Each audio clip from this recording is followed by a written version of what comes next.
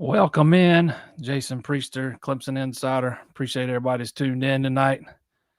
Man, what it was a crazy weekend across the college landscape there, man. We even had some firings, man.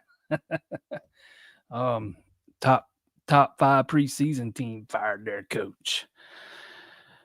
But Clemson, goes up to Boston College, takes care of business, evens up the record at 3-3, evens up the conference record at 2-2.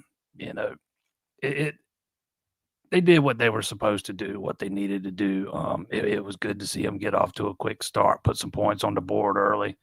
Thought the defense gave up a couple of too many chunk plays there in that first half, but none in the second half. I thought that the forced fumble there on the sack by Sammy Brown kind of really got the defense dialed in, and that was kind of the end.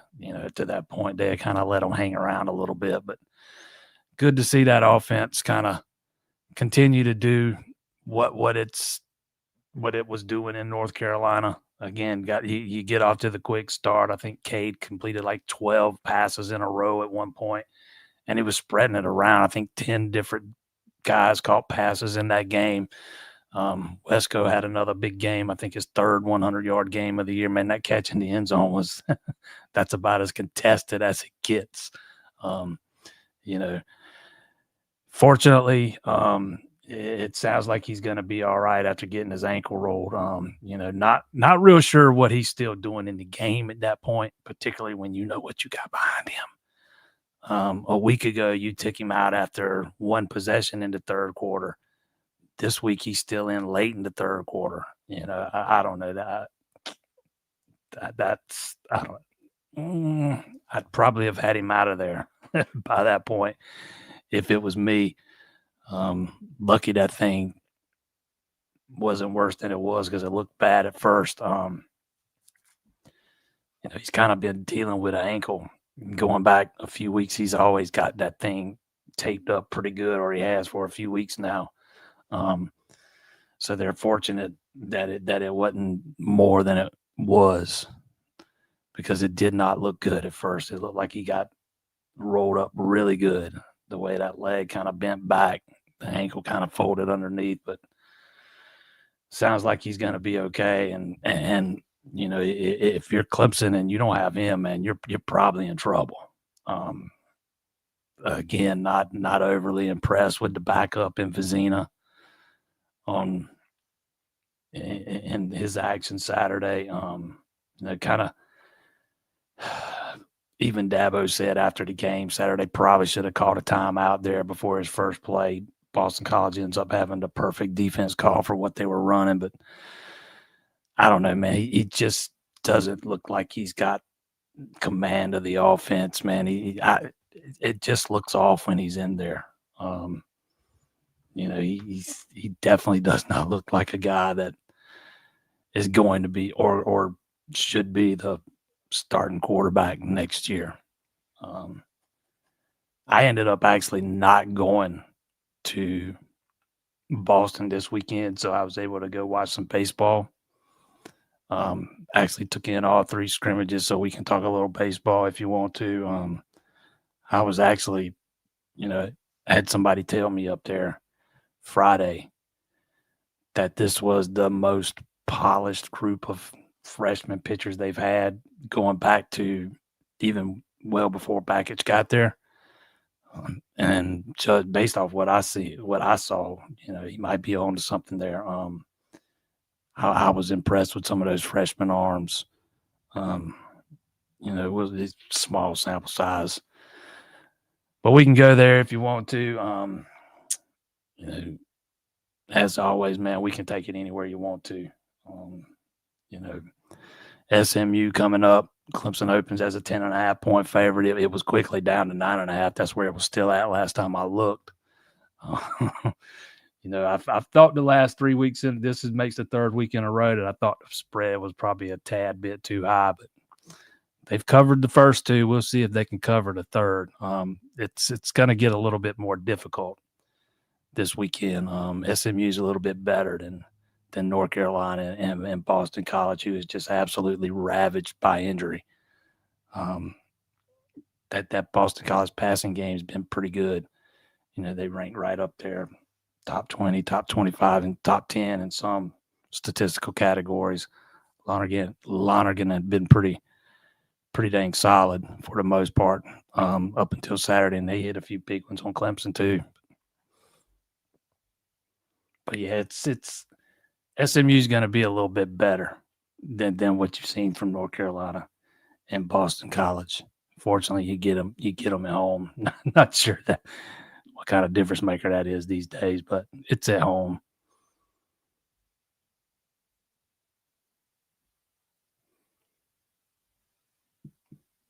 What's the issue with second half offense? I think that's pretty easy, man. You take your foot. You're not going balls to the wall anymore, man. They very obviously take their foot off the gas. If Cade doesn't get hurt there, they probably score right there. If the ball doesn't slip out of his hands on that interception that he threw, that's probably another touchdown there, although I think that might have been in the first half. I can't remember off the top of my head, but I think you make way more of this than what it actually is. It was very obvious they went ultra conservative, especially after Vizina came in the game. Man, they didn't hardly let him throw it at all. First full possession, they caught 3 zone reads in a row. So I think that's pretty obvious. They kind of get up big and take the foot off the gas and start rotating other guys in. A recruiting update? Yeah, I don't have much of a recruiting update for you. There's just, unless you want to talk basketball recruiting, they picked up a pretty big one Saturday, and Will Stevens, one of the best centers in the class, might be the only player they take in that class. But as far as football, about the only thing that's happened here recently, they handed out a new offer today to the defensive end, the Swinney kid, Andrew Swinney. He goes to the same. He's a 5-star. He goes to the same school as Darian Mayo and C.J. Cooper Taylor. Don't think he's visited this season. I think he did last year, but I don't think he's visited this season. It's only the 3rd defensive end they've offered in this class. They've only offered 1 tackle. They've been pretty conservative with those things. Probably, if I had to guess, they'll probably stay pretty conservative throughout the rest of the season and see who's staying and who's going before they really start amping up to handing those things out.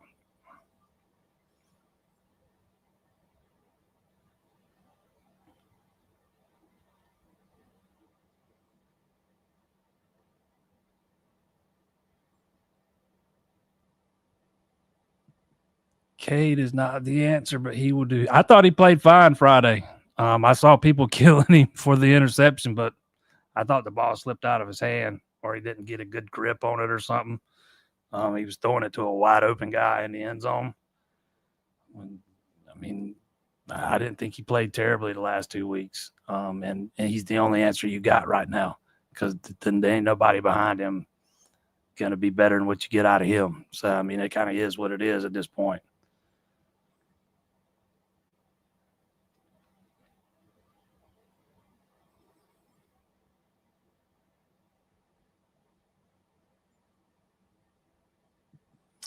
Tight end utilization and Randall out of the backfield alongside with O-line improvement is why Clemson's offense has looked better. Quality of opponent has to do with it as well. Man, how about Braden Jacobs, man? That guy was a monster, man. He had I don't know, I think less than 5 snaps before Saturday, and he had kind of looked like the game was a little too fast for him. But man, the light came on for him Saturday. He was bull rushing dudes. It's pretty obvious Tristan Lee is still dealing with that injury. He was not moving around well at all. But even when he's fully healthy and at his best, he does not move like Braden Jacobs. Jacobs is able to get out there and pull on some of those runs in a way that Lee it's just not something he's able to do, at least not to the degree that Jacobs could do it. I didn't think Linthicum played all that well. second game in a row. Thought Blake Miller played well, second game in a row.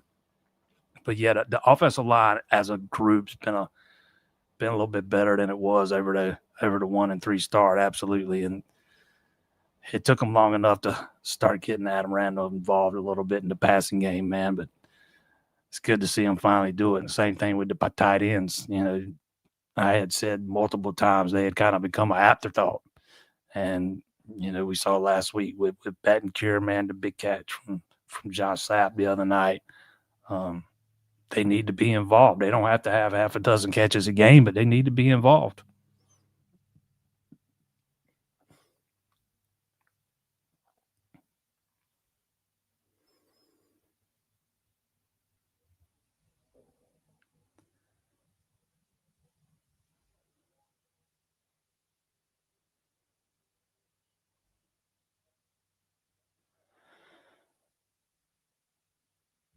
Why was Cade running the ball up in the third quarter, up fourth quarter?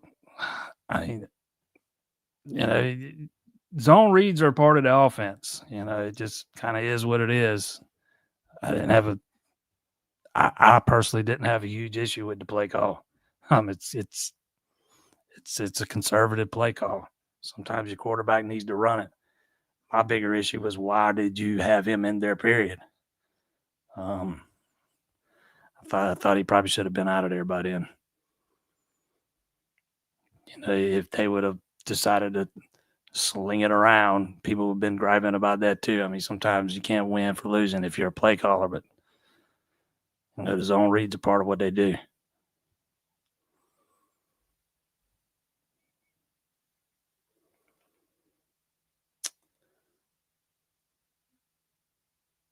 For some reason tonight, I am just seeing usernames, no real names. So I have no idea who I'm talking to.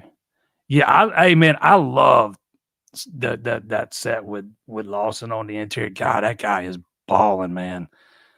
He had about as many snaps as TJ Parker did Saturday, and graded much higher than Parker did again.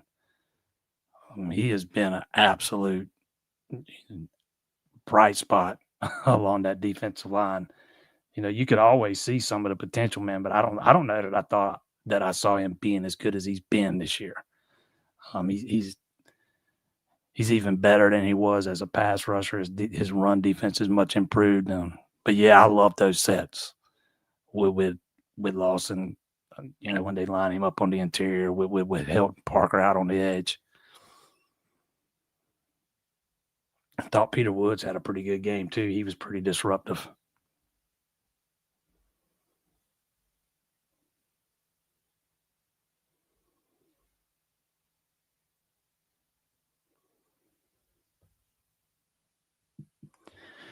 Yeah, I thought I agree. I think there's been more pressure. There definitely was Saturday. But at the same time, Boston College wasn't really utilizing that quick passing game the way some of these other teams have that Clemson's played. I've said it before, when a quarterback's getting it out in 2 seconds or less, it's hard to get to him. And a lot of teams have done that against Clemson this year. But when the back end's kind of inconsistent the way Clemson's is, it's hard to get overly aggressive with the blitz. Otherwise, you're going to leave somebody open and you take the chance on getting burned. But,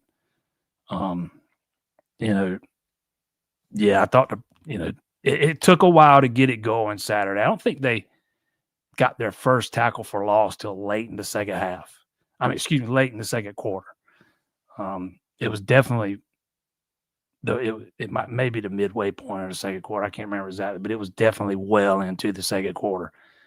But once they got the first one and it's created like a snowball effect, I think they finished with like 7 or 8. Had Kylie, I forget how many sacks they had. Lawson had 2 by himself, if I'm remembering right. Then Brown with the sack and the fumble. But yeah, the pass rush was kind of what you on Saturday, at least closer to where it needs to be. Let's put it that way. Those guys, Lonergan, I have trouble saying that sometimes because I used to always want to call him Longer Hand, but it's Lonergan. He did not have a lot of time to sit back there and get comfortable in the pocket.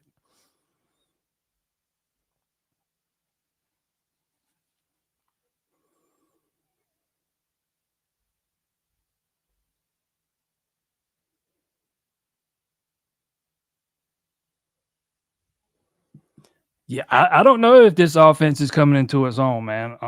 You at least, I mean, you gotta like that they're beating up on the bad teams they play. But again, I don't think Syracuse is very good, and this offense didn't do jack squat against them. I didn't think they were very good before their quarterback went down. Clemson made them look like national title contenders.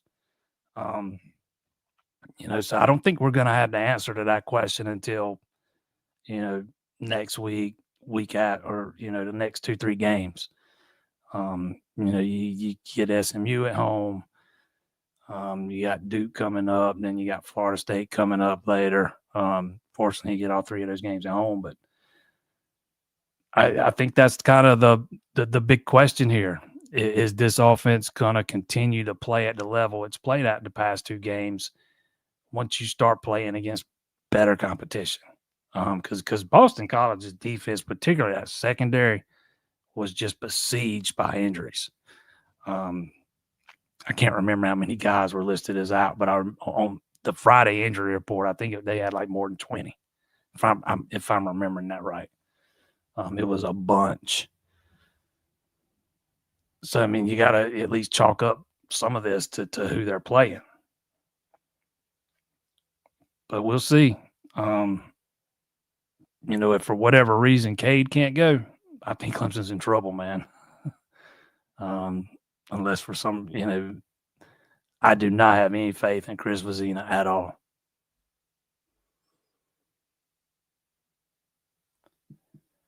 How likely do you think it is that we lose a wide receiver in the portal after the season, knowing what we have coming in at QB next season? Are you sure you know what they have coming in at QB next season? Because I'm not. I'm not convinced that the starting quarterback's on the roster right now. I'm not convinced that he's in the next recruiting class. So, I mean, I can't really answer that question because I don't think they know who's going to be the starting quarterback next year.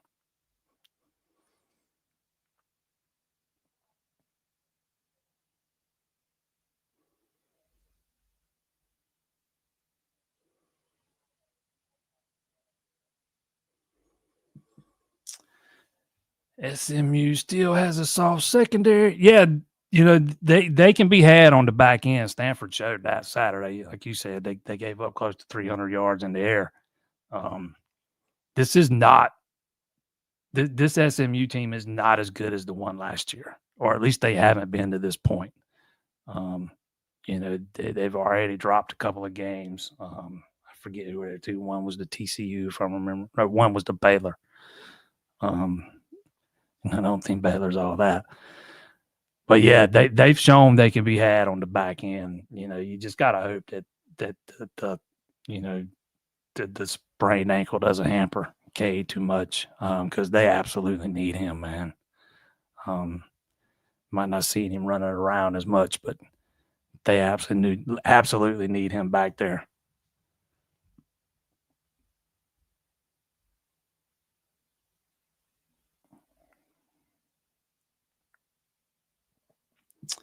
Is it YouTube that's only showing the usernames? I that's all I'm seeing on some of you guys too. So I know who some of you are by the pictures. Like I know who I'm talking to here. But yeah, I'm only seeing like with Sarian, it's John Sarian _CU. So yeah.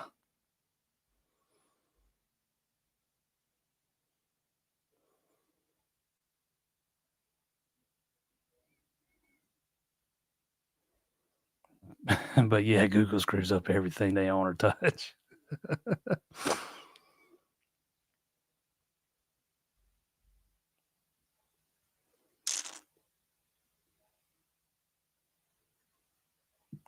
Keith Adams Jr. ran hard. He needs some PT. I'm not in favor of getting him more carries over Gideon Davis or Easy. That's just me. Yeah, he ran hard. He looked fine the other night against a defense that was absolutely wore out, um, and already beat down.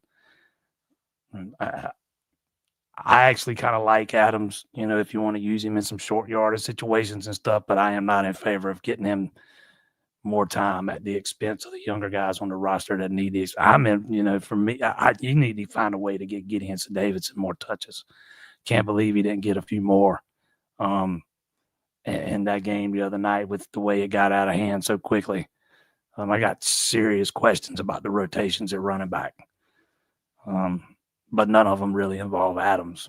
Not to take away anything to what he did the other night, but those other two guys are kind of the future.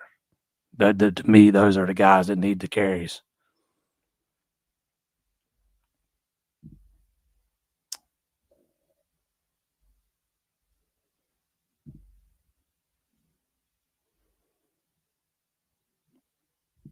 You're gonna have to give me a name on the linebacker. I'm not sure exactly who you're referring to because they've had a bunch of decommitments since James Franklin was fired yesterday morning. I mean, they had like 5 within the first hour or something like that.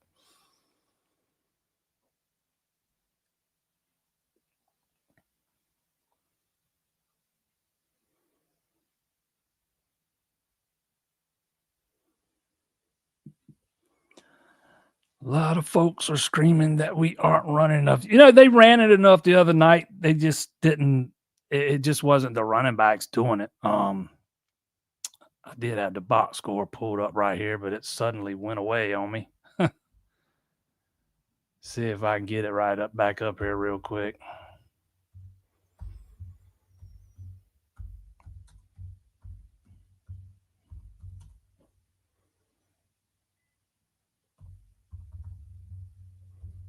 One second.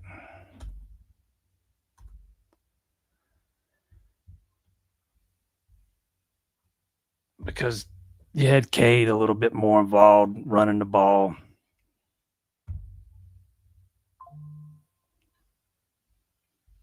Let's see, you got 16, 26, 29. I mean, you had more than 40 carries in that game Saturday night. It's hard to say they're not running it enough. It just wasn't always the backs getting the bulk of the work. Cade had 9 carries. Heck, Adams had 7 after he came in. Davidson and Easy had combined for 8. They had 4 each. Antonio even had 3. So, I mean, to me, there was nothing wrong with the balance between the run and the pass. They ran it far more than they passed it in that game. It didn't really start out that way, but it ended up that way.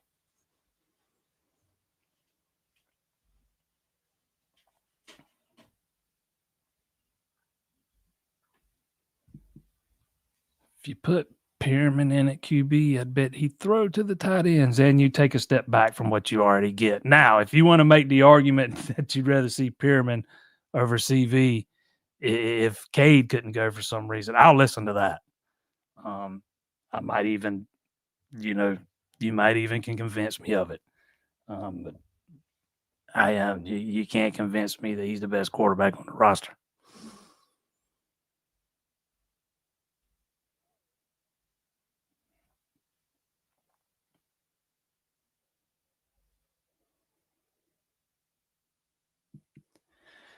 Can we beat a team that's good? You can only play who's in front of you, man.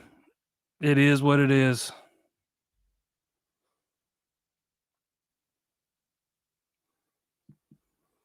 They have more than 2 linebackers on the field more lately, too. Yeah, that's a little bit about there's been some more, like base 4-3 stuff. A lot of that's got to do with, what the offense is doing. If they're, especially if they're in 11, 12 personnel, you'll see more 4-3. But with the way of most of these offenses these days like to spread you out, you'll see more,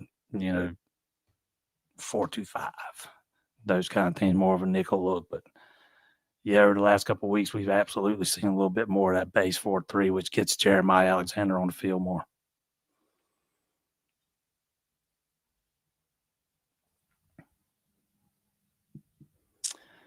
Lawson has been a dude, hoping so, but think we can keep him versus transfer? I think if Lawson was going to transfer, he'd have probably already done it by now.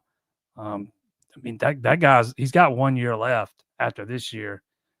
He'll be starting at Clemson next year, whereas he won't have to share a spot. He'll be a starter because there's very little chance that Parker and Helt are coming back. If for whatever reason both those guys decided to come back, maybe then he would think about it. But I have a hard time seeing him leaving, knowing he's from right up the road there in Daniel. His brother started Clemson. He loves it there. But if for whatever reason Will Helt and TJ Parker both decided to come back, which I don't think would happen, maybe it's a different discussion.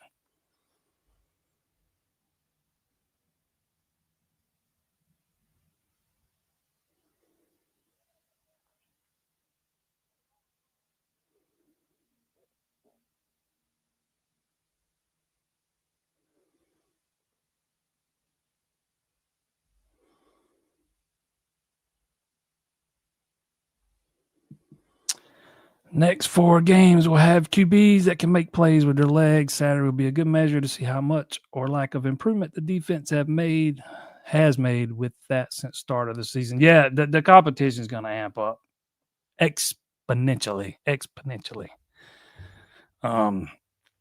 Jennings is definitely a guy that can create some problems in the running game. He will absolutely put some pressure on you.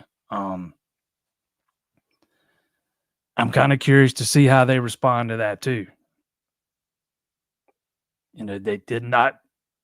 The defense kind of looked. I hate to say checked out, but they kind of looked checked out against Syracuse. And it kind of against North Carolina, it kind of started out the same way, and then once a couple of good things started going their way, the momentum started swinging back the other way. But we'll see if they can kind of keep it up. There's still been some issues on the back end, but I've been mostly pleased with what we've seen from the front 4. Still think there's a little bit more there for TJ Parker. After having that monster game against North Carolina, he kind of took a step back again against Boston College.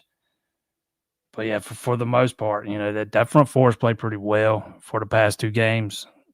But it'll be a different beast Saturday. I mean, this is a much better team than Boston College or North Carolina is.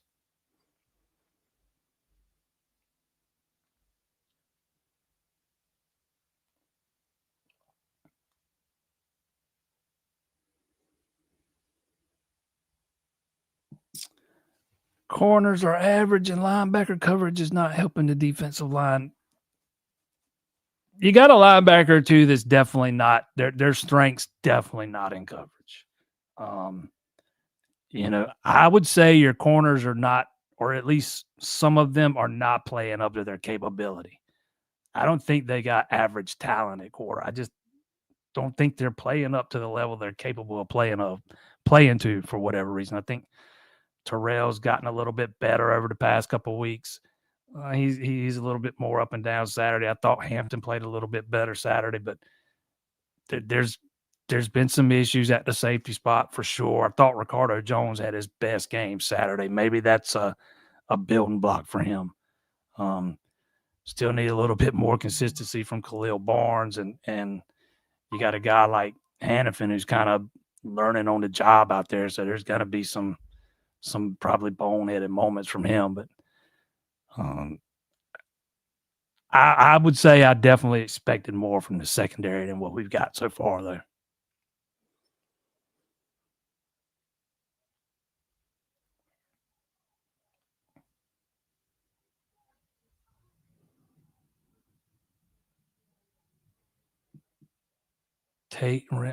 Tate Reynolds is no good.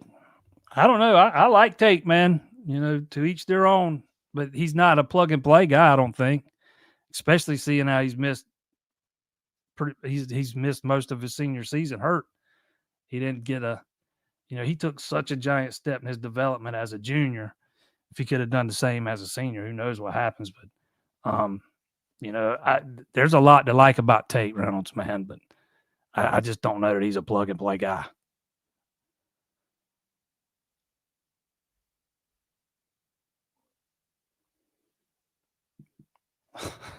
Why is Dabo still was defending? What do you want him to say? Um, I didn't hear him blame the play call on CV's INT. I heard him say that they probably should have called a timeout and that BC had the perfect call on for it, which they did. Um, you know, it was not a great throw. But I mean, I don't know what you think he's supposed to say. He's not going to come out and tear one of these guys down, especially a backup. He's not going to come out here and tear this guy down. I know everybody wants him to come out and burn the thing down when it doesn't go the way you want it to go, but he's just not going to do it, man. You got to realize that just because he says something publicly does not mean he believes that privately. I mean, there is a big difference between the two.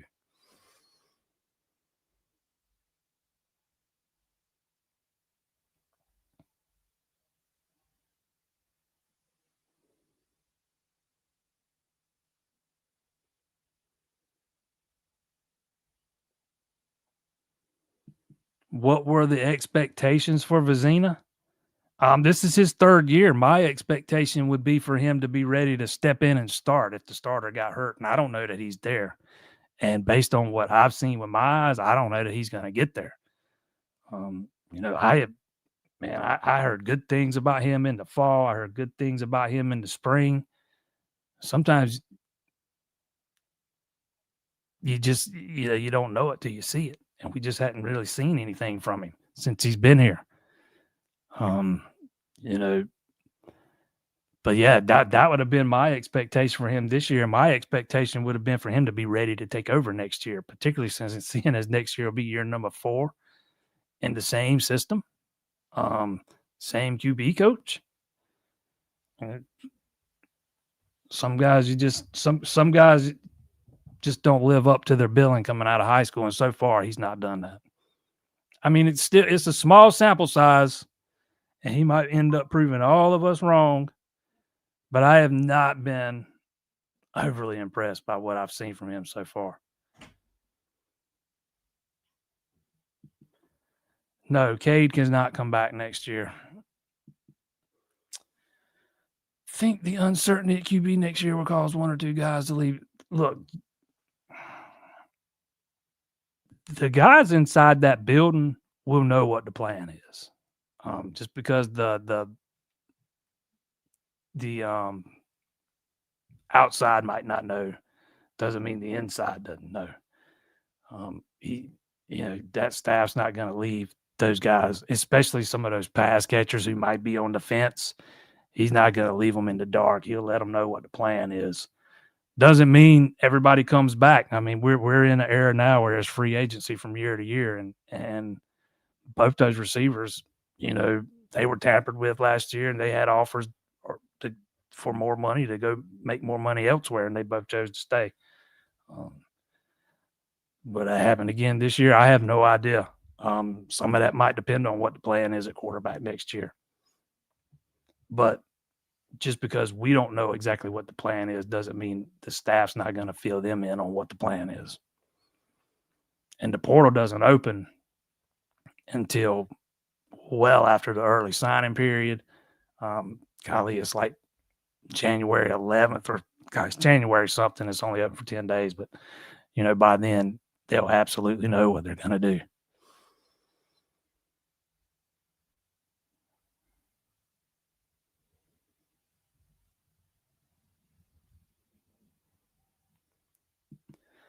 Not pleased with Vizina either, but if you're watching what Riley gives him and not side-eyeing him, I'm watching I don't take much from the other night outside of the fact that he probably doesn't run it. He runs it.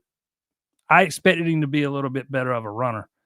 They didn't give him much of anything Saturday, but they gave him some stuff last week. Man, his ball placement's terrible. Absolutely terrible. He's not afraid to pull the trigger, but man, he puts the ball in jeopardy when he throws it. And that is not what you want to see from a quarterback.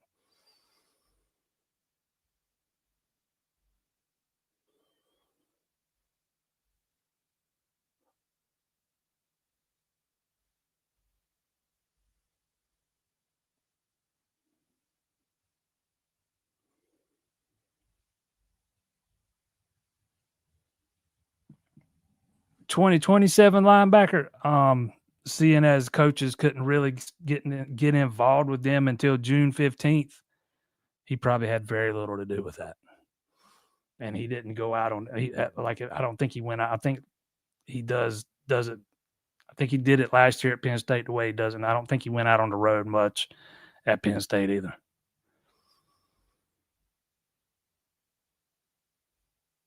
So he probably wasn't too heavily involved there. I mean, I can't say for sure. I don't keep up with Penn State recruiting. But if you're a 2027 guy, you know, coaches can't start calling you and texting you until June 15th before the start of your junior year. Before that, you have to call them or text them or go see them. The coaches can go watch you play in the spring, then go watch you play during the fall. But most of the time, that time's spent on watching guys in the current class, which would have been 2026. Or and at that time, it would have been 2025.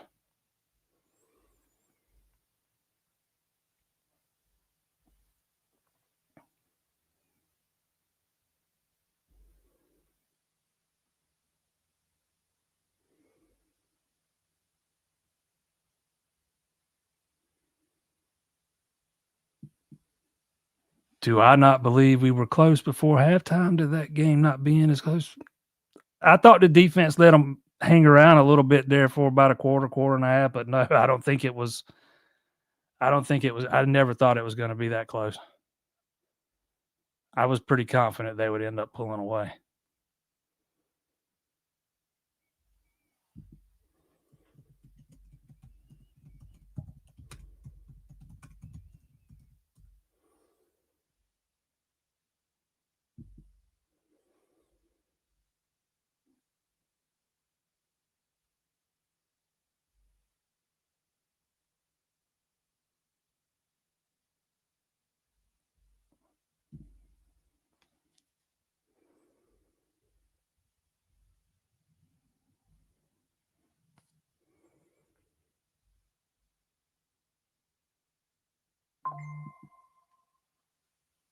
Jesus Christ. Yeah, yeah. Lawson's turned in, like I said earlier, man, he's turned into a phenomenal player, man. He is the epitome of what development's supposed to look like. You know, he was just this long, skinny kid when he got there. I think he weighed like 215 pounds. And now he's up over 260. You know, if you want to call him Clemson's best defensive end, I'll listen to that. As good as Will Helps, but that's not a knock on him. That's just how good Lawson's been for most of the season. Them starting to use that rabbit package more that puts 3 defensive ends on the field. That's Lawson being too hard to keep on the bench, you know, from being so good. But yeah, he is having himself heck of a season, man. I'm kind of looking forward to seeing what he does next year as kind of the full-time guy out there where he doesn't have to split snaps with anybody. I'm seeing, yeah, he's only played like 160 snaps this year. For comparison's sake, Will Helps played 243, TJ Parker's played 267, and Lawson's played 160. He's got 16. Wait a minute. Yeah, he's got 16 tackles. Parker's got 19. Lawson's got 4.5 sacks. Parker's got 4.5 tackles for loss. Parker's got 5.5. So Parker's only got one more, even though he's played 100 more snaps. And Lawson's got 3 sacks to Parker's 2. Helt's got 7.5 tackles for loss, 3.5 sacks. So I mean, he's putting up the numbers those guys are putting up with far less opportunities.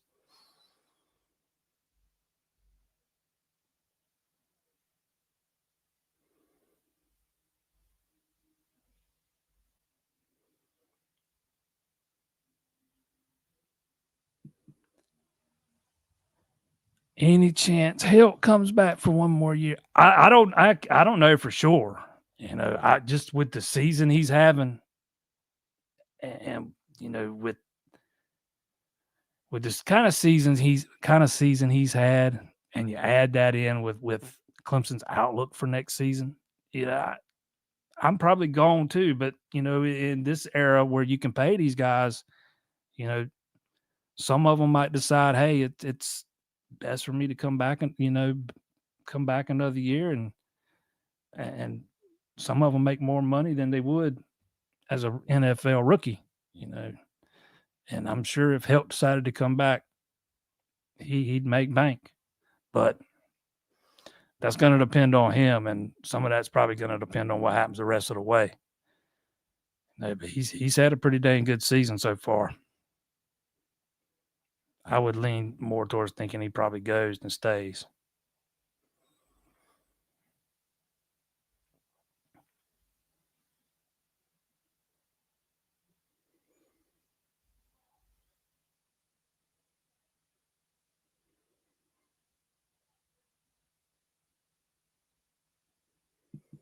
Okay, you don't want him to burn it down. You want him to rag on the kid and throw him under the bus publicly. He's just not going to do it. It's not who he is. He's never really been that way. Even when Cade and DJ were playing so terribly, he's always been, we believe in this guy. He's always been that kind of coach, and he's always going to be. Doesn't mean that's what he's saying or believing, but behind closed doors, though.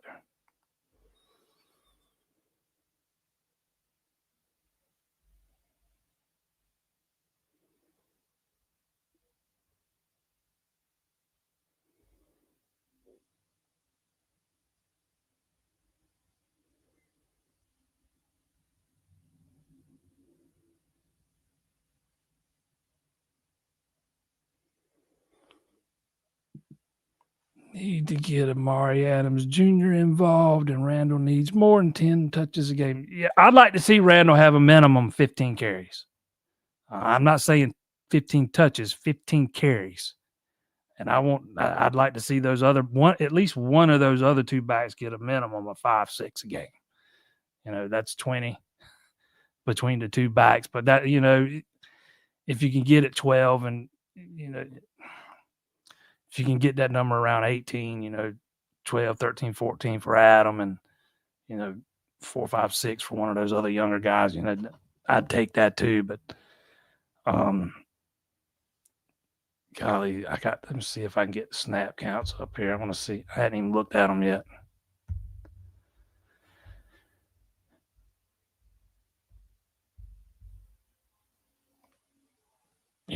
Adam Randall played 44 snaps the other night. Davidson got 14. Easy got 7. See, that's a little lopsided to me. I have more of a problem with the rotation than I do with the number of carries, and I got a problem with the number of carries too for the younger guys. I think last week against North Carolina, I think it was the North Carolina game where Randall played about every snap. And none of those younger guys even hardly got in a blowout. You can't do that, man. You will run one or both of those guys off. One of them is probably going to be a starter next year if they stay, but you got to give them some opportunities to get some growth this year, man. You need more than one running back. Absolutely.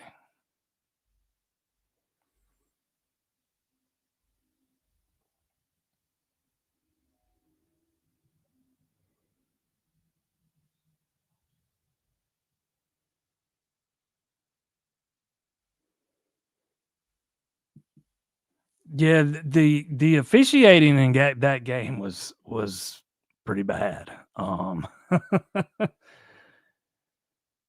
It was pretty bad against in the North Carolina game too. And the commentating was not much better than the officiating. I do think they got I saw a lot of people complaining about there not being a flag on the punt where the Clemson player got blocked into Wesco. I do think they got that one right, but man, it's not a good weekend for officials, and not just the ACC. The SEC had some issues too, particularly in that Auburn Georgia game. it seems like every year the officiating gets worse.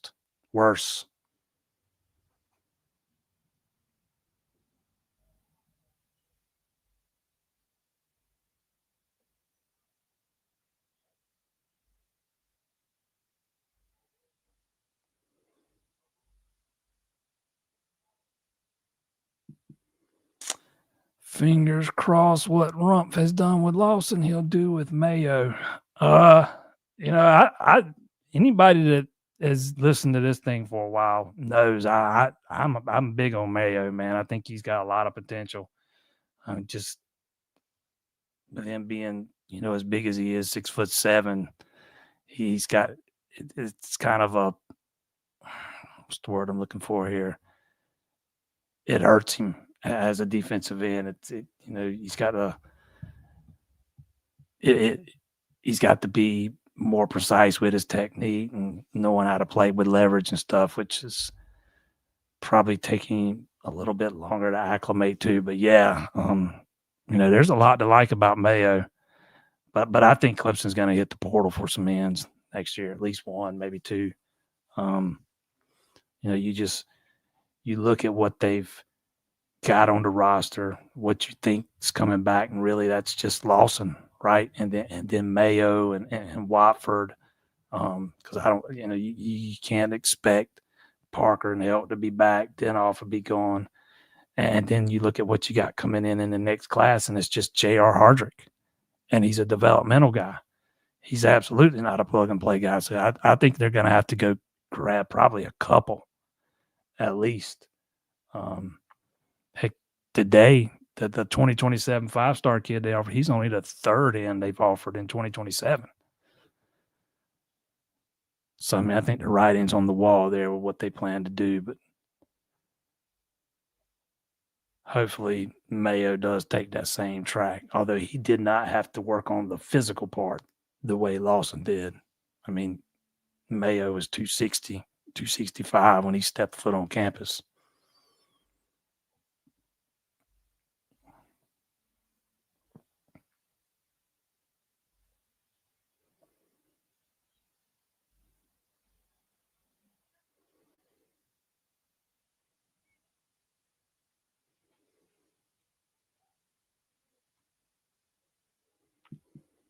Crucial times like this, we have to slow down on the Cole Turner, K. Denoff experience during competitive moments. I don't have big problems with those guys being in the rotation. It's not like they're playing tons of snaps, when the game's still on, before it's decided. I think Turner ended up with 20 something the other night, but most of those came after, it was already out of hand. And I know Cade Denoff gets ragged on a lot, and he earned a lot of that over the years, but he's not played terribly this year. He's not been what I'd call elite by any stretch.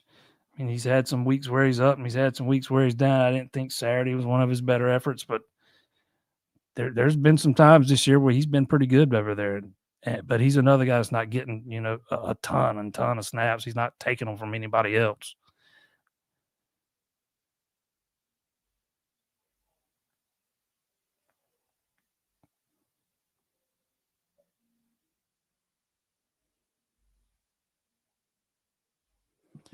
Yes, Dabo. There are examples of Dabo calling out players directly, not young guys, not backup quarterbacks. And it wasn't until this year really that Dabo really called out Cade, and it was after week 1 or week 2, and he really didn't go in hard on him publicly. It's just not what he does.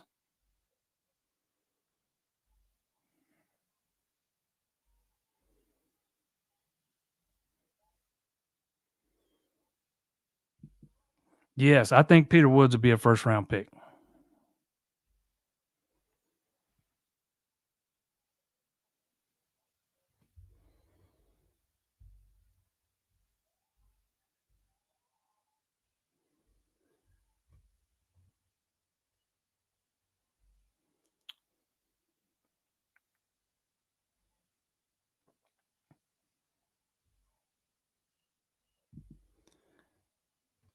Randall's yards per carry. Hold on, I got that right here. 5.4.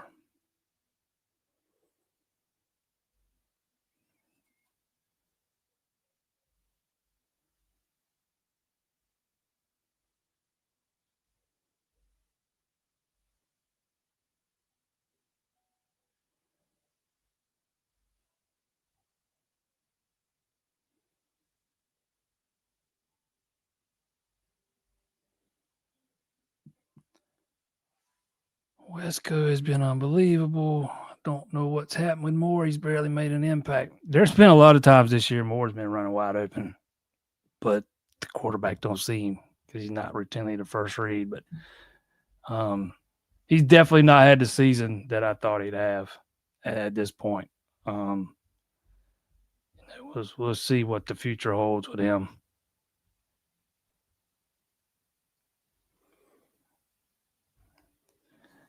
Right now, he's your second leading receiver, though, in catches and yards. He's just only got one touchdown catch. He's averaging 13.5 yards per reception.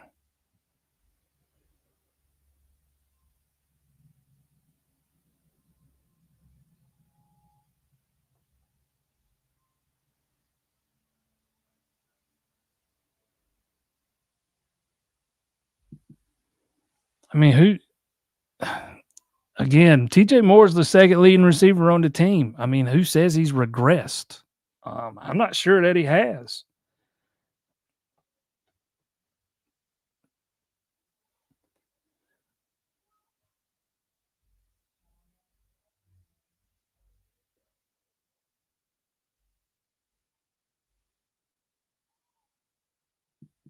Thoughts on Amari Adams on Amari can't redshirt.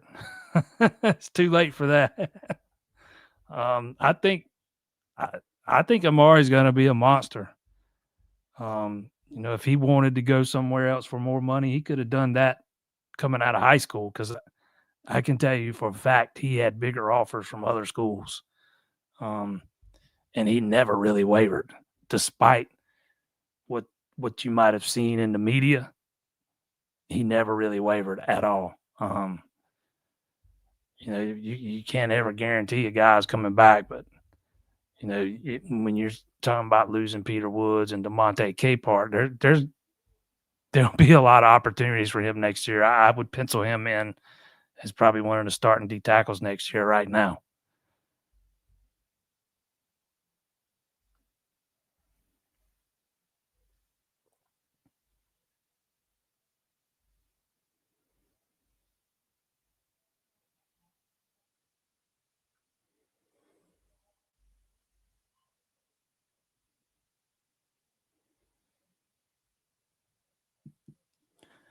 I didn't know OPH and Peter Wood. Yeah, if you've ever done that kind of work before, man, you'll know how easy it is to do. All you're doing is looking at a number, and it's easy to make that mistake when you're not familiar with the team you're covering. I know those guys or that guy caught a lot of grief about that, and it took him a while to realize he had made the mistake. But that's one that I can understand, because I've done it before. I haven't, calling football games on the radio in the past, but I can tell you it's an easy mistake to make when you're not familiar with the guys that you're covering. You're just looking at numbers.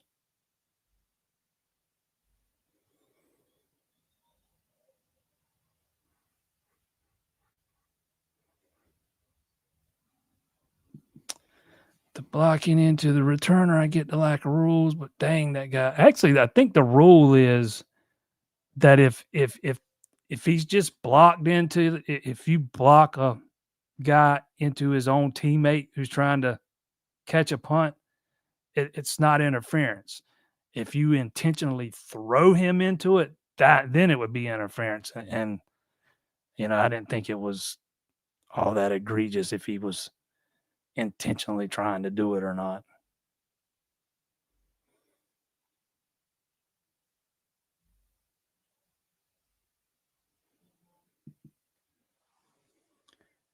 Cade isn't see. Yeah, he's been open. Far more times than he's been targeted. I've seen some frustration out of him, particularly not here recently, but particularly over those first 3-4 games. It's sometimes it's kind of like last year, man. Cade's favorite target was Antonio, and West Coast kind of turned into that this year. And Cade's not been, the best at scanning the field and going through his progressions. He's been a lot better the past 2 games, but in those first 4, man, he was just not doing it, which can, lead some to assume that receiver A is not playing well just because he's not being targeted, when in fact it's receiver A is playing well, quarterback's just not seeing him. Now, I do think there's been a time or two where TJ could have been a little bit better in his blocking on the perimeter or downfield, but I think I think he's better at that already now than he was last year. I mean, there was one of those long touchdowns where TJ Moore made the key block on. Forget which one it was.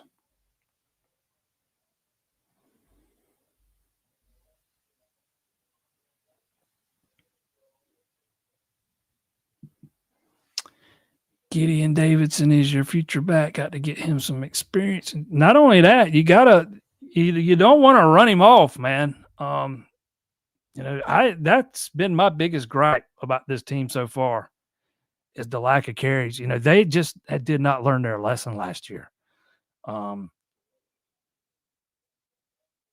They only had, they went into the season and all the way through the first half of the season with only one back that they trusted, and Phil Maffa never gave anybody any chance. And he gets hurt, and you have to keep running him out there with basically one arm because you don't have anybody else. If Adam Randall were to get hurt, this team be in a world of hurt, man, because you don't have any other back behind him ready. I mean, in today's game, you need more than one back. And add in the caveat of, if you don't play him at all, you don't give him really, you're only giving him very minimal carries, you liable to push him out the door.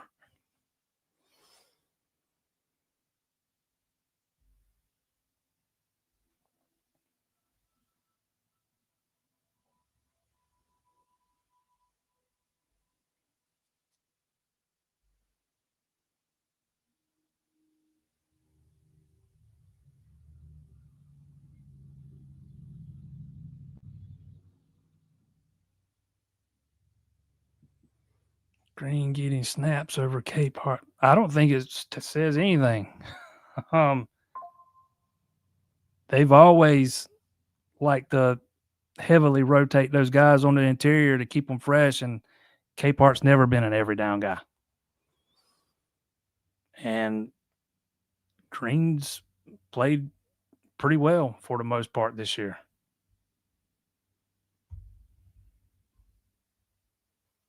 I think sometimes we just try to read too much into some of these things.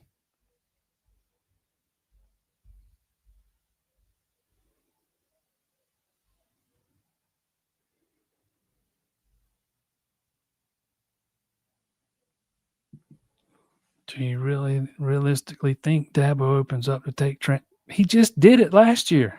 Will Held is a transfer, so why would he not be open to doing it again? I think Dabo's going to hit the portal pretty hard next year. Or pretty hard for Dabo anyways.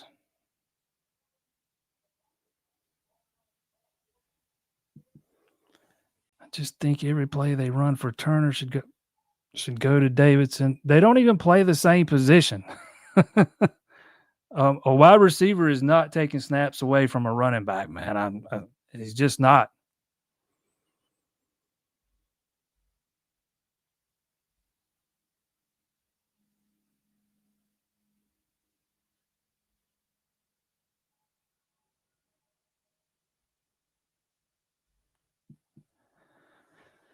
Peter Woods hasn't been dominant this year. They moved him over, and he moved him over from where? He's always been a D tackle. They moved him outside the end for a little while last year before moving him back into tackle. But I thought Woods got off to a little bit of I thought he was pretty disruptive against LSU. I thought the defense as a whole didn't play that, didn't play to the level they should have against App State, against Troy. Same thing against Georgia Tech. Same thing against Syracuse. But I thought Woods played pretty well against Georgia Tech. I didn't think many of them played well at all against Syracuse. But for the most part, I think Woods has been pretty disruptive. I thought he was pretty disruptive Saturday. You got to keep in mind that before Saturday, most of these offenses Clemson's played, man, they have really made it a point of emphasis to get the ball out quick to try to not let their quarterback be a sitting duck in the pocket.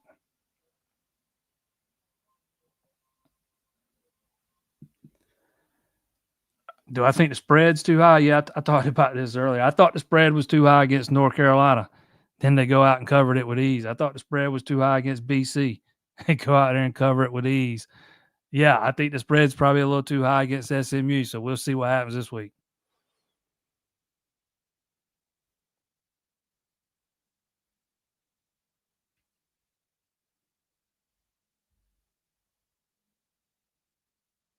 My thoughts on Marcus Dixon at tight end. If he'll be patient with it and stick with it, he might can make something out of it. He was not going to play at tight end. He's got the length, he's got the athleticism. I haven't really seen enough of him to know more than that. I watched a little tiny bit of him at practice in fall camp and a couple of drills, but that was it. But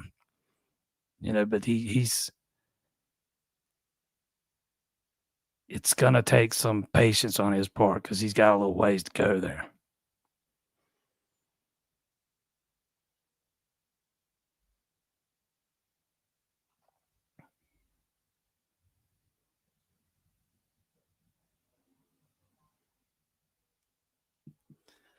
Your source says the USF Bulls will be pressing for him. Well, I can tell you he's not going to be at USF next year.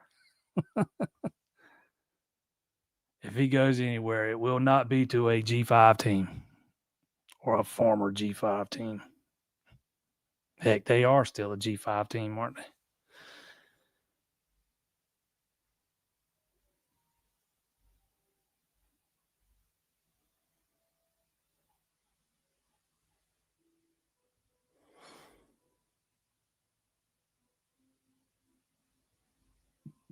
Yeah, you know what? I meant to mention him too, man.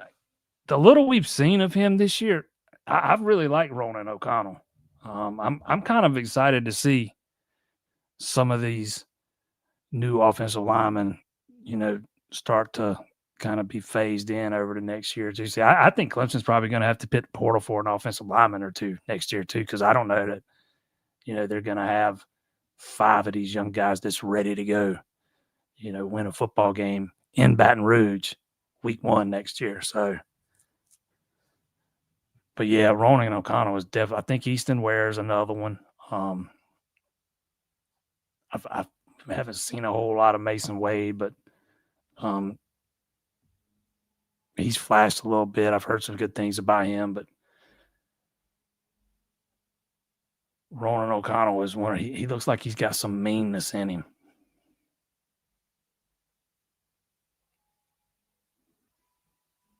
Position coaches generally dictate the rotations.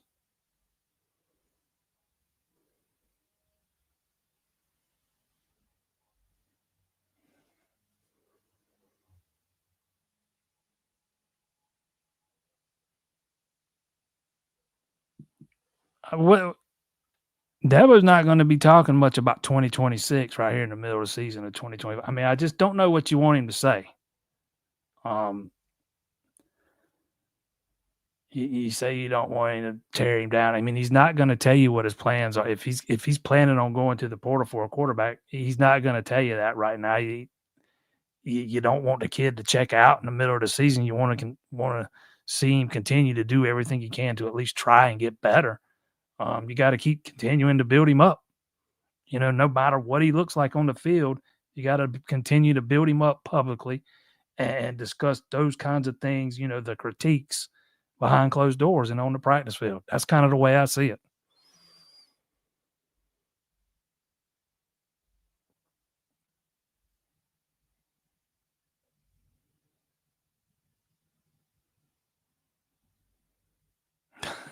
No, I haven't really talked much about baseball.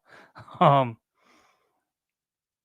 I actually wrote a story and put it on the site about all the stuff I saw this weekend. I usually don't do that. I usually just throw it on the message board. Um, but I put it into us. I think it's like 1,000 words, man. So it's pretty detailed. You're the first person that's asked about baseball, so I hadn't really talked about it. And anything I don't answer in that story, man, just text me. Just text me.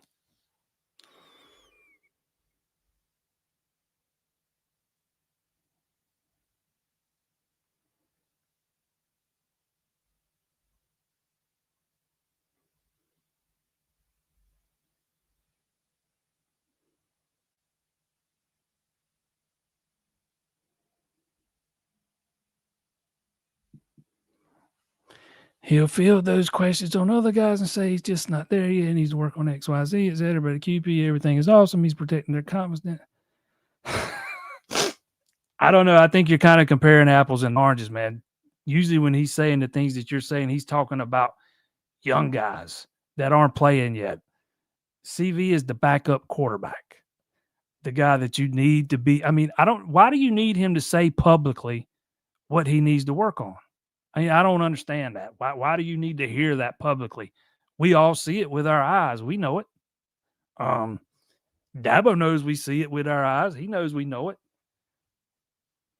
I don't know. I just think when you're talking about quarterbacks and you're talking about a guy who's in his third year now and a guy that you might need to depend on if your starting quarterback were to get hurt, I think you got a fine line. You got to walk there.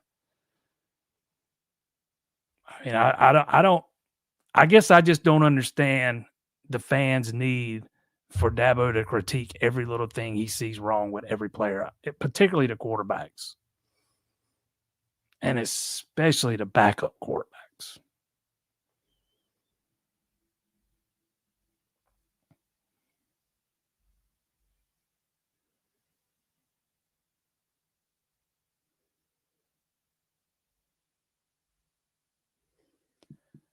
What's the chances of Clemson being able to land any of those 27 defensive ends?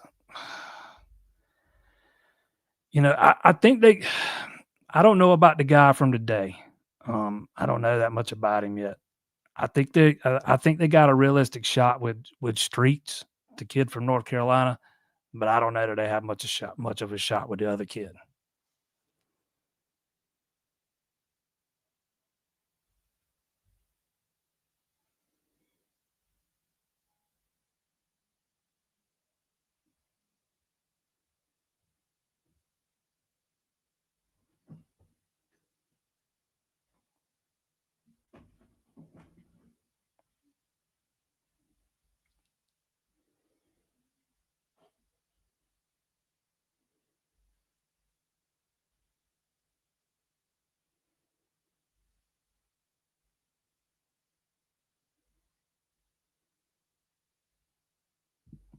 Yeah, Stansel's a defensive tackle though.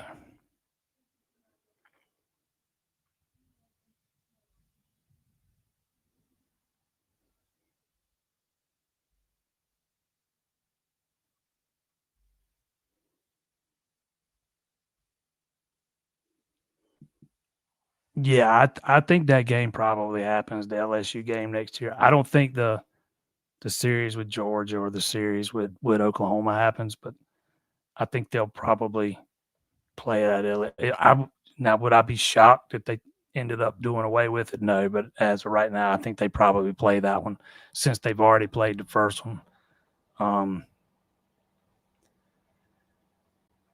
The ACC is not going to start the 9-game schedule until 27.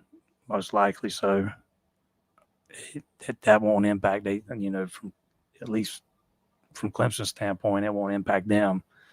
It will with LSU because they're going to go to 9 games next year. But I think that one's far more likely to get played than the others. Because 27, you start the 12-year series with Notre Dame. Then you also have South Carolina every year. There's just no reason to play a third Power 5 team.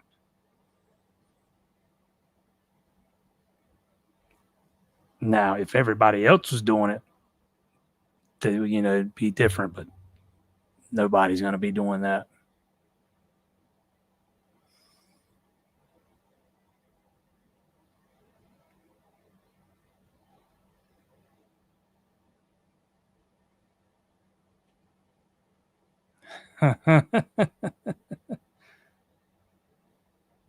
How do you get the text me number? Your nickname's got to be the Beef.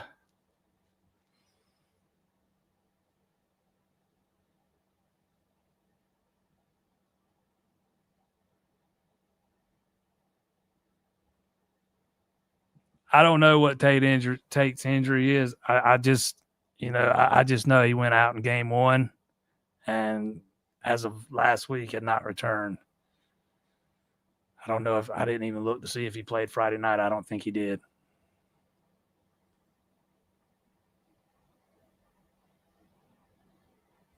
Yeah, this right here, man.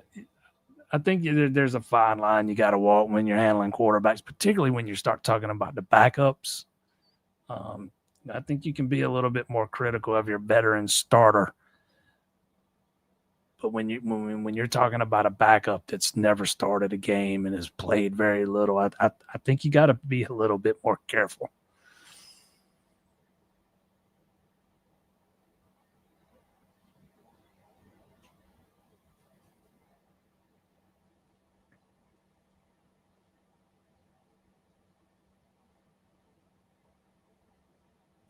Have I made a projection on what I think the rest of the season looks like? I have not. I have no idea. I said 2 weeks ago before the North Carolina game that I wouldn't be shocked if Clemson didn't beat another Power 5 team all year, after the way they played against Syracuse. But, kudos to them. And they, the reset during the bye week seems to have worked. If they would have played the same way against North Carolina or Boston College, the way they did against Syracuse, they probably still win those games, but they're not blowouts. I get it. The North Carolina and Boston College are terrible. Especially North Carolina might be the worst Power 4 team in the country. And Boston College is dealing with a lot of injuries on that defense. But their passing offense has been pretty dang good. But those are bad football teams. But at the same time, I still think Clemson's playing better. They're playing with more confidence. It looks like they're starting to have some fun again. And somebody made a comment. I think it was on Facebook one day last week. Who cares if they're having fun? They're getting paid. Yeah, that ain't how this works, man. If you come to work miserable every day, man, you're just not gonna, perform at your best. I mean, this is a game. At its very core, you're supposed to love playing the game. You're supposed to have a love for the game. If you're not having fun doing it, something's wrong. And these guys did not look like they were having a whole lot of fun, against Troy, Georgia Tech, Syracuse. And I didn't think they came out, at least in the pregame, with much energy against North Carolina. I didn't think they really that energy started to build a little bit once a couple of things started to go right. Kind of going off on a little tangent here. That's not really what you asked me, but is I think they'll beat SMU. I think I'm leaning that way as of right now, unless it comes out Cade's not going to play. After that, I think they'll beat Duke.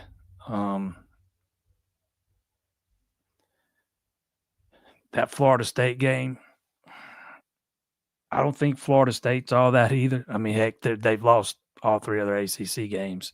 I mean, that's a winnable game. That Friday night game in Louisville is one I had circled before the season even started, before the disappointing start. I had them losing that game regardless. I think that's a game Louisville could win. But I think at the very least, Clemson goes 2-1 in this next 3-game stretch. I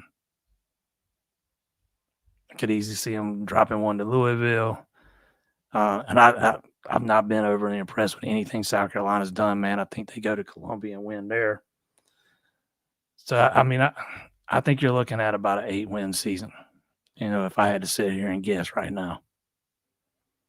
Now, if they beat SMU Saturday and look really good doing it, I might have a different opinion a week from now.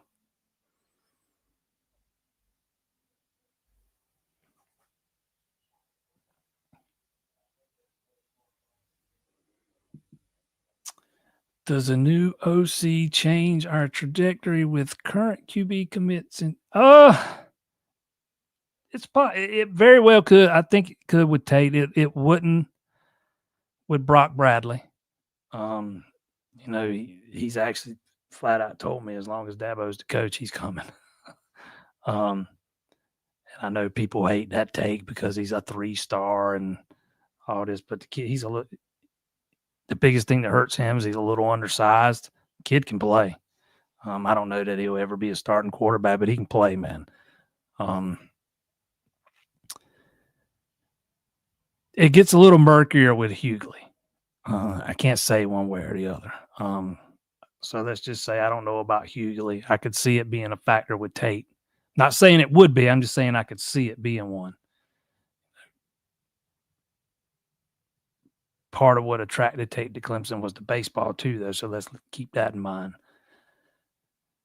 And I think Bradley's coming regardless.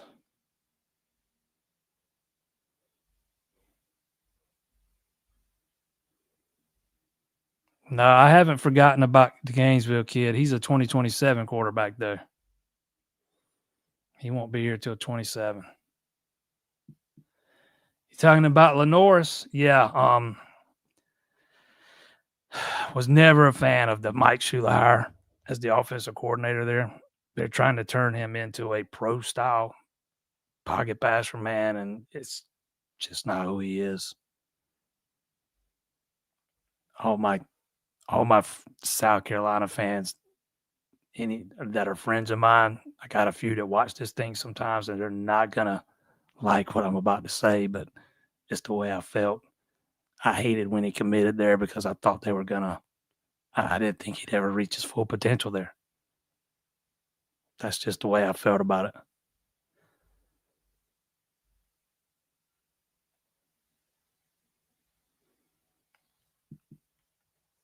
I like Hughley far more than any of the other commits. I went and watched him play this year. He was still like it's like 4 weeks ago when I went and watched him. So it's still fairly early in his junior season. He does not look like a young junior quarterback. They were playing Carrollton, who is a classification above them in a power in Georgia, and loaded with Power 5, Power 4 talent all over that team. And the final score will tell you that game was lopsided, but it was not. I mean, that was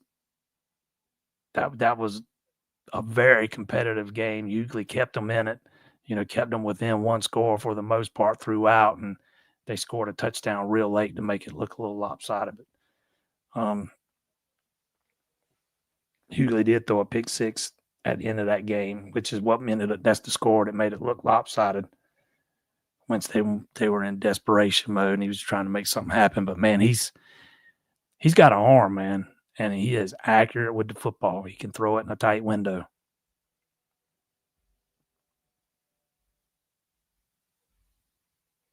See, this is kind of how I feel like it. This season could finish either end of the spectrum, win out or drop potentially 3 more. So I just have a hard time predicting what's going to happen the rest of the way.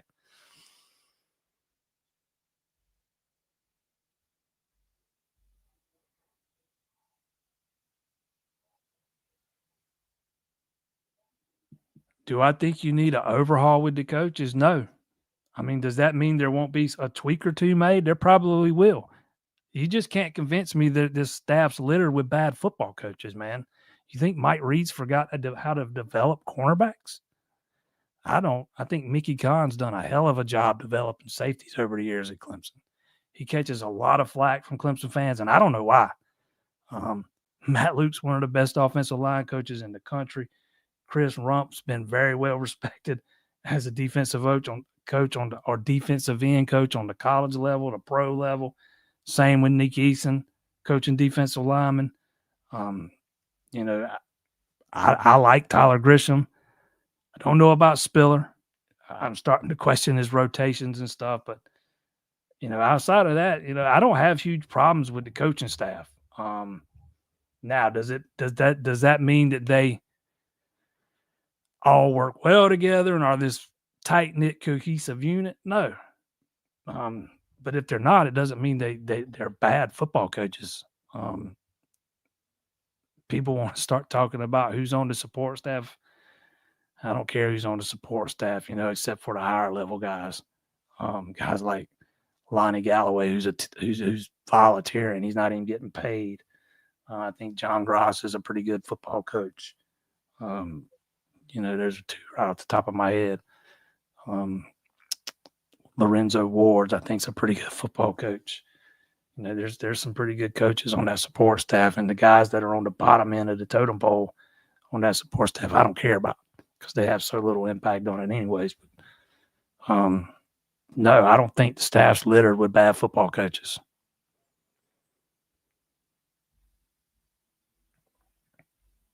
I mean, who doesn't? Who is it that doesn't know how to develop players? I mean, Mike Reed's proved he can develop players. Chris Rumpf has. Nick Eason has. Matt Luke certainly has. We've seen Garrett Riley develop quarterbacks before he got to Clemson, so we know he can do that. I've seen the receivers get better under Tyler Grisham.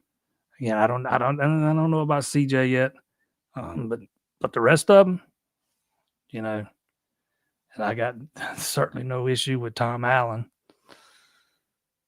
who is kind of, before anybody throws out the name Boulware, who's kind of overseeing that linebacker room, even though Boulware is technically the linebackers coach.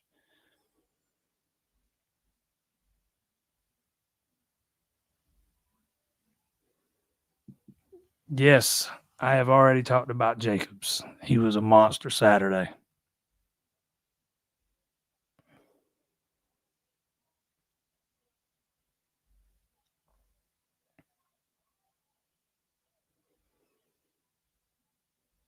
Do I think Beamer goes to Virginia Tech? No.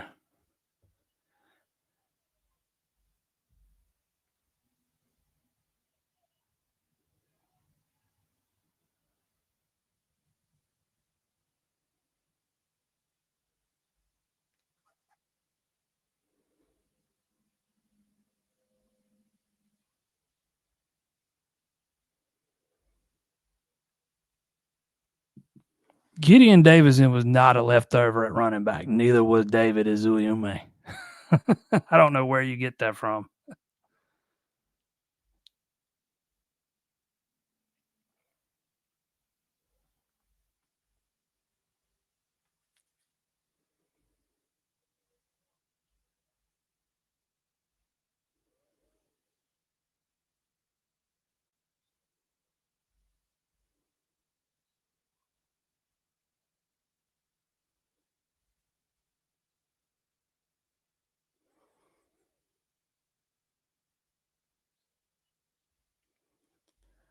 We have run way over.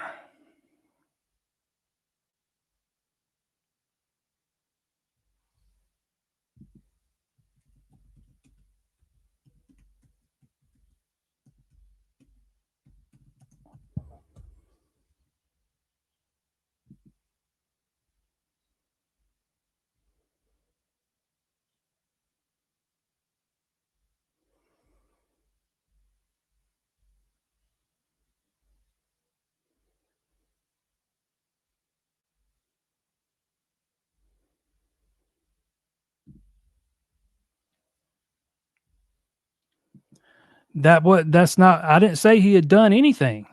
You said he was like some leftover player. He wasn't. That was who they wanted. They got him.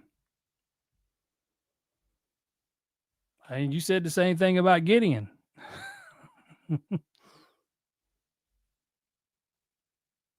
The recruiting ain't been the problem.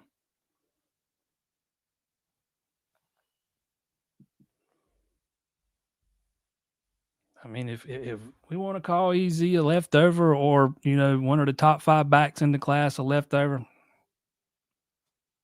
by all means, we'll just have to agree to disagree on that one. All right, before we, man, I forgot to thank the sponsors at the top. I knew I was forgetting to do something, man. Y'all, check out my guys over at A Glass. Anytime you got some auto glass needs, windshields, you need a motor replaced for you, passenger or driver side doors. They do all that stuff, man. They put a motor in one of my vehicles not all that long ago. They do replacement, they do repair. They do some other stuff too. They could take care of that kind of stuff for you too, if I'm not mistaken. A Glass, 2 locations right here in the PD. Go see my man Ryan or Michael, Stan, Chandra there in the office. They shall take care of you. They got a location here in Florence. They got one in Sumter. They have been in business for a very, very long time. You can even get a free quote online. myaglass.com. A Glass for when you need a glass. Appreciate everybody that tuned up in here tonight. I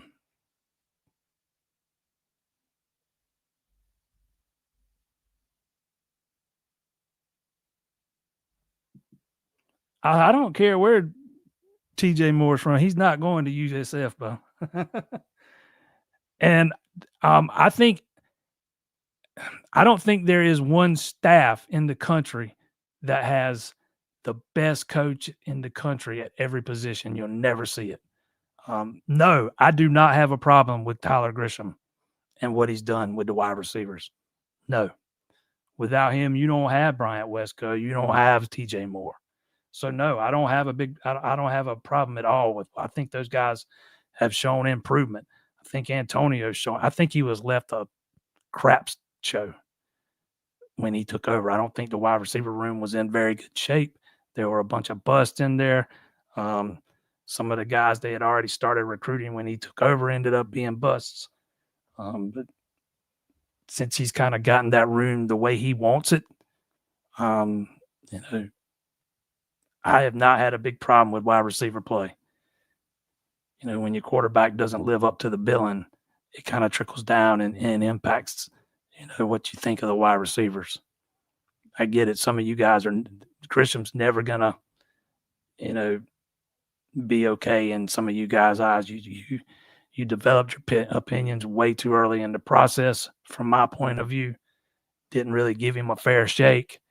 And now that he's got it turned around, and this may be you, it may not, but there's a lot of people out there that will never admit, just because they jumped on that bandwagon so early. It's the same thing with Mickey Khan.